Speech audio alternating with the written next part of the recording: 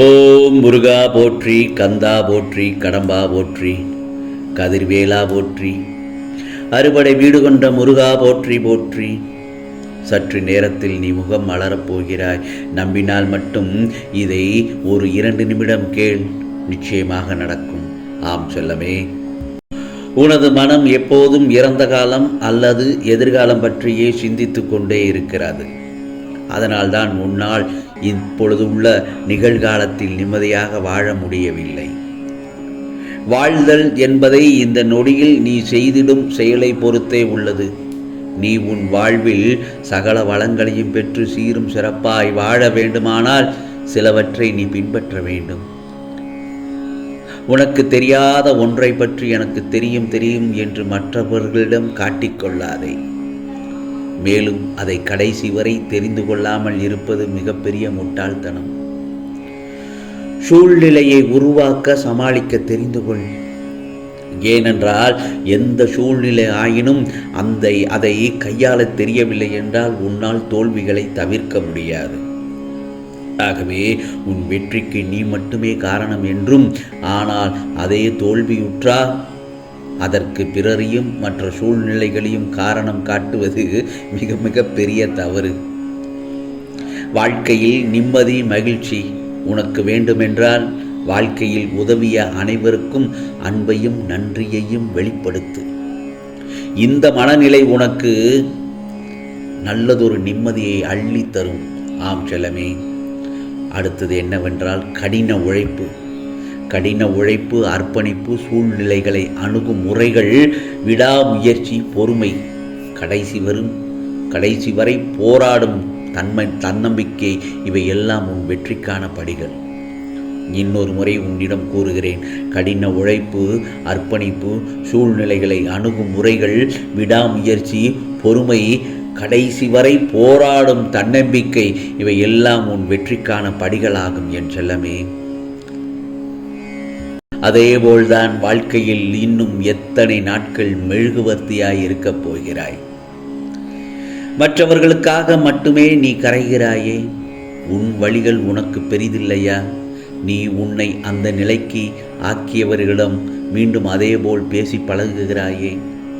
அவர்கள் உன்னை காயப்படுத்தினாலும் அவர்களுக்காக பாவப்படுகிறாய். உன் அன்பு அவ்வளவு வலிமை வாய்ந்தது என்பதை அவர்கள் உணரவில்லை.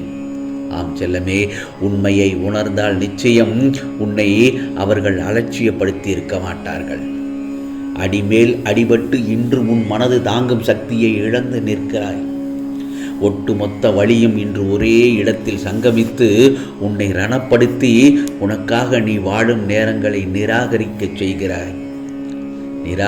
செய்து விடுகிறது.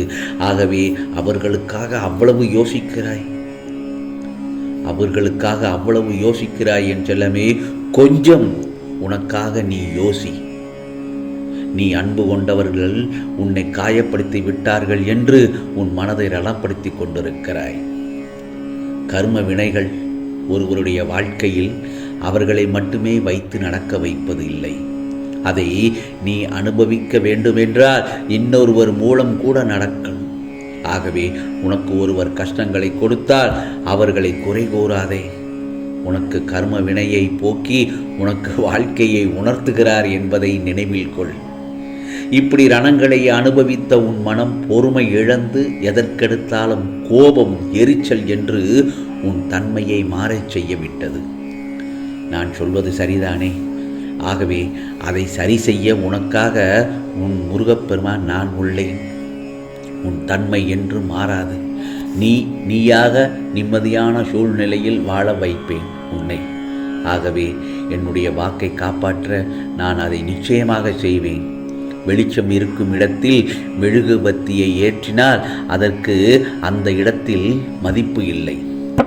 வீணாக அது தன்னையே உருக்கிக் கொள்ளும். எவர் உன் துணை வேண்டும் என்று உன்னை அன்புடன் நோக்கி வருகிறார்களோ அவர்களுக்கு மட்டும் நீ மெழுகுவர்த்தியாயிரு.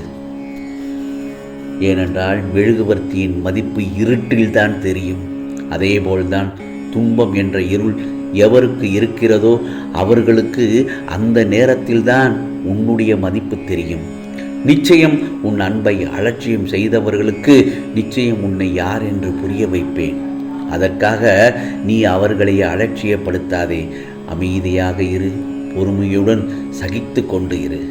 அதற்கான கூலியை நிச்சயம் நான் வழங்குவேன். என்னுடைய மனதை போட்டு குழப்பும் பிரச்சனை விரைவில் சரியாகிவிடும் என்று மட்டும் ஆழமாக மனதில் சொல்லிவிட்டு உன்னுடைய வேலையை தொடங்கு. உன்னுடைய வேலையை பார். விரைவில் அதற்கான பல அதிசயங்கள் நடக்கும். ஏற்பட போகும் அதிசயங்களுக்கு நன்றி என்று மட்டும் ஆழமான மனதில் சொல்லிக்கொண்டே இருந்தால் போதும்.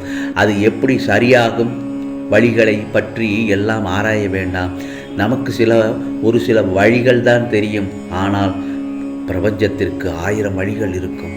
அது எப்படியும் சரி செய்துவிடும். நம் வார்த்தைகள் மற்றும் எண்ணங்கள் இந்த உலகத்திற்கு கட்டளைக்காக அனுப்பப்பட்டு எல்லாவற்றையும் விரைவில் சரி செய்துவிடும். நம்மை சுற்றி எதிராக நடப்பதை பற்றி கவலைப்பட வேண்டாம். நமக்கு எதிராக எத்தனை பேர் செயல்படுகிறார்கள் என்பதை பற்றி மட்டும் பொருட்படுத்த வேண்டாம்.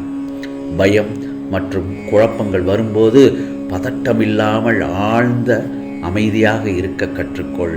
தியானி. உன் மனதில் நீயே குழப்பம் இல்லாமல் ஓ முருகா என்று உன் மனதில் பதட்டமில்லாமல் என்னுடைய நாமத்தை சொல். நான் நம்பிக்கையாக இருக்கிறேன். விரைவில் அதிசயம் நடக்கும். ஏற்பட போகும் எல்லா அதிசயங்களுக்கும் நன்றி, பிரபஞ்சத்திற்கு நன்றி என்று மட்டும் ஆழமாக மனதில் சொல்லிக்கொண்டே இரு. நிறுத்தாமல் சொல்லிக்கொண்டே இரு. நமது வார்த்தைகள், அதாவது உன்னுடைய வார்த்தைகள் சந்தோஷமான நம்பிக்கையான உணர்வுகள் மற்றும் எண்ணங்கள் போதும் எல்லாவற்றையும் சரி செய்துவிடும். நமது நேர்மறையான சக்தி இந்த பிரபஞ்சத்தை காட்டிலும் சக்தி வாய்ந்தது என்பதை மட்டும் உணரு. விதைத்தவன் தூங்கி விடுவான்.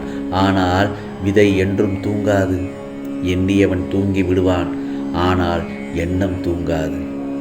ஆம் செல்லமே, அதேபோல்தான் அகங்காரத்தாலும் ஆணவத்தாலும் கோணலான சிந்தனைகளாலும் தேவையற்ற குழப்பத்தினாலும் நிறைந்து வழியும் மனதை இந்த முருகப்பெருமான் பாதங்களில் சமர்ப்பித்து விடு. சர்வசக்தி நிறைந்தவன் நான். என்னுடைய வழிகாட்டும் நீதியிலேயே செயல்படு. என் மீது பாரத்தை போட்டுட்டு நான் என்னும் அபிமானம் கொள்ளாமல் செயல்படு. அதன் பிறகு உன் மனதில் உதிக்கும் எண்ணங்களும் அத்தனையும் முருகப்பெருமான் செயல்படுத்துகிறார் என்ற எண்ணம் மேலோங்கும். அப்பொழுது நீ எல்லா சித்திகளையும் பெற்றுவிடுவாய். இது முருகப்பெருமானின் சத்திய வாக்கு, அருள் வாக்கு. நான் சொல்வதை கேட்டு விட்டாய்தானவே. உனக்கானது நிச்சயமாக எல்லாம் நடக்கும். இது முருகப்பெருமானின் அருள் வாக்கு. ஓம் சரவண பவ. ஓம் சரவண பவ. ஓம் சரவண பவ.